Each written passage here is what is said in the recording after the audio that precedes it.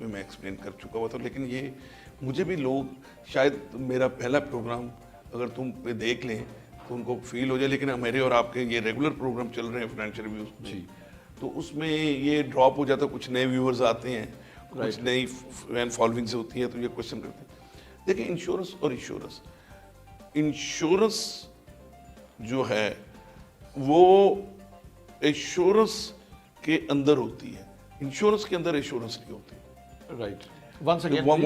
اب دیکھیں یہ ٹیکنیکل نہیں سمجھ سکے نا, جی. اور یہی چیزیں پھر ناظرین کے لیے آپ سے دوبارہ وہ اس کی وجہ ہے یہ جو آپ کہہ رہے ہیں نا بڑی صاحب ٹویسٹنگ ہوئی ہے, یہ میں نے نہیں کی, یہ انفارچونیٹلی یہی ادارے بعض اوقات نہیں لوگ سمجھ پاتے کہ for intangible used insurance word, ٹھیک ہے, اور for tangible word used assurance. جو ایشورنس ہے اس کے اندر انشورنس کور ہوتی ہے, لیکن انشورنس کے اندر ایشورنس نہیں ہوتی. تو یہ بڑا تھن سا جو ہے ڈفرنس ہے. اور بالکل آپ نے چونکہ فائنینشیل سروسز ہمارا پروگرام ہے, اور اس میں بینکس ہوں, چاہے کموڈیٹیز ہوں, چاہے اس میں ہمارے فنڈ مینجمنٹ کے ادارے ہوں, چاہے اس میں انشورنس کمپنیز ہوں, تو آپ نے ٹپیکل یہ ویسے مجھ سے کیوں پوچھا کہ بھٹ صاحب یہ انشورنس اور انشورنس کا فرق ہے اور اسٹاک مارکیٹ میں ان کا لنک ہے, یہ کہ آپ کو سوال تھرو کیا گیا ہے, یا آپ کی فیلنگز ہے, یا آپ سے سوال ناظرین نے کیے ہیں؟ جی سوال ہمیں ملا ہے, اور اس سوال سے ہم یہ اپنے مزید سوال ہم نے, بیکاز جب ہم اپنا پروگرام سٹارٹ کرتے ہیں تو ہم اس کے اوپر غور و خوض کرتے ہیں کہ کیا کیا عوامل ہیں جو کہ لوگوں کو ہم نالجبل کر سکتے ہیں. میں جنرلائز کروں گا, میں کسی خاص کمپنی کا نام نہیں لوں گا, میں جنرلائز کروں گا. دیکھیں پاکستان میں اس وقت انشورنس کمپنیز جو ہے نا وہ گورنمنٹ اور پرائیویٹ سیکٹر میں مل کے کوئی 8 سے 10 کمپنیز جو ہے نا وہ مارکیٹ میں موو کر رہی ہیں. ان کے کنونشنل سسٹم چل رہا ہے جو روٹین میں ہوتا ہے, اور ایک اسلامک نہیں, ایک کنونشنل ہے, اور ایک جو ہے وہ یونٹ لنک سسٹم. میں سسٹم کی بات کر رہا ہوں, وہ ورژن ہے. دو سسٹمز میں, ایک یونٹ لنک سسٹم میں کمپنیز کام کر رہی ہیں, ایک کنونشنل یعنی ایک بونس سسٹم ہے, کوئی لائف انشورنس کرواتا ہے, وہ لائف بیمہ پالیسی لیتا ہے, وہ کچھ سالوں کے لیے لیتا ہے, وہ اس کے انسٹالمنٹ جس کو ہم پریمیم کہتے ہیں وہ دیتا رہتا ہے, اور اس کی ایک ٹرم فکس ہوتی ہے, اس کے بعد وہ میچور ہوتی ہے, ان کو بونسز ملتے ہیں, ٹرمینل بونسز کہہ لیں, ایئر اینڈ بونسز کہہ لیں. ایک یہ سسٹم میں کمپنیز کام کر رہی ہیں جس میں گورنمنٹ کے 2 ادارے اور پرائیویٹ ادارے, کچھ 2 سے 3 کمپنی, ایک کمپنی ہائیبرڈ میں کام کر رہی ہے, ان دونوں کو لے کے چل رہی ہے, اور کچھ پرائیویٹ اداروں میں جو کہ پاکستان کے بہت بڑے ادارے ہیں, وہ 2 بڑے ادارے یونٹ لنک سسٹم میں کام کر رہے ہیں. اب سبھی کا سٹاک مارکیٹ میں تعلق ہے. دیکھیں چاہے کنونشنل, چاہے گورنمنٹ کے ادارے ہیں, چاہے پرائیویٹ سیکٹر کے ادارے ہیں انشورنس کے, وہ سٹاک مارکیٹ میں ایک تو سٹاک مارکیٹ میں لسٹڈ ہے. مجھے سوال سمجھ نہیں آئی کہ سٹاک مارکیٹ سے کیا لنک ہے. ایک تو یہ ہے کہ وہ سٹاک مارکیٹ میں پرائیویٹ ادارے لسٹڈ ہیں, ان کے شیئرز ہیں. ایک سٹاک سے مراد ہے کہ کیا وہ اپنے کلائنٹس کے پیسے کو سٹاک مارکیٹ میں انویسٹ کرتے ہیں, یہ کوشچن ہے. جی ہاں, اس میں دیکھیں سٹاک مارکیٹ میں اگر گورنمنٹ کا ادارہ ہے تو گورنمنٹ کو جب بھی فنڈز کی ضرورت پڑے گی تو وہ بارو کرتا ہے نا, چاہے وہ اسٹیٹ بینک بینکوں سے بارو کرے, چاہے وہ انشورنس کمپنی سے لے اور ان کو کچھ پرسنٹیج دے, چاہے وہ تغافل میں سکوک بانڈ کے تھرو, جیسے آج روشن پاکستان اکاؤنٹ کھلا تو سکوک بانڈز جاری ہو رہے ہیں, اس طرح وہ کمپنی سے پیسے لیے جاتی ہیں. ٹھیک ہے نا, یہ بارونگ ہوتی ہے. ایک ہوتی انویسٹمنٹ بارونگ, نہیں ہوتی. ہاں یونٹ لنک سسٹم کی کمپنیز کیونکہ انویسٹمنٹ میٹرز نکالتی ہیں, اور ان کا وہ ہر چینج ہوتا رہتا ہے کہ وہ کتنے پیسے اسٹاک مارکیٹ میں انویسٹ کرتے ہیں. اگر اگریسو فنڈ ہے تو ان کی پرسنٹیج جو ہے وہ 75% تک جو ہے اسٹاک مارکیٹ میں چلی جاتی ہے. اگر وہ ماڈریٹ فنڈ ہے تو وہ پھر 50% تک چلی جاتی ہے, اور اگر لو لیول کا رسک ہے تو وہ پھر جناب وہ 25% تک بھی لے جاتے ہیں. یہ ان کے فنڈ مینیجرز کرتے ہیں. لیکن اسٹاک مارکیٹ کا یونٹ لنک سسٹم کے جو ادارے ہیں جو انشورنس کے, ان کا اسٹاک مارکیٹ میں اسٹیک بھی ہے اور ہائی رسک بھی ہے, اور گروتھ کا بھی تعلق اسٹاک مارکیٹ کے ساتھ لنک ہے. Unit link system there is no harm making investment by the insurance company in the stock market. They can.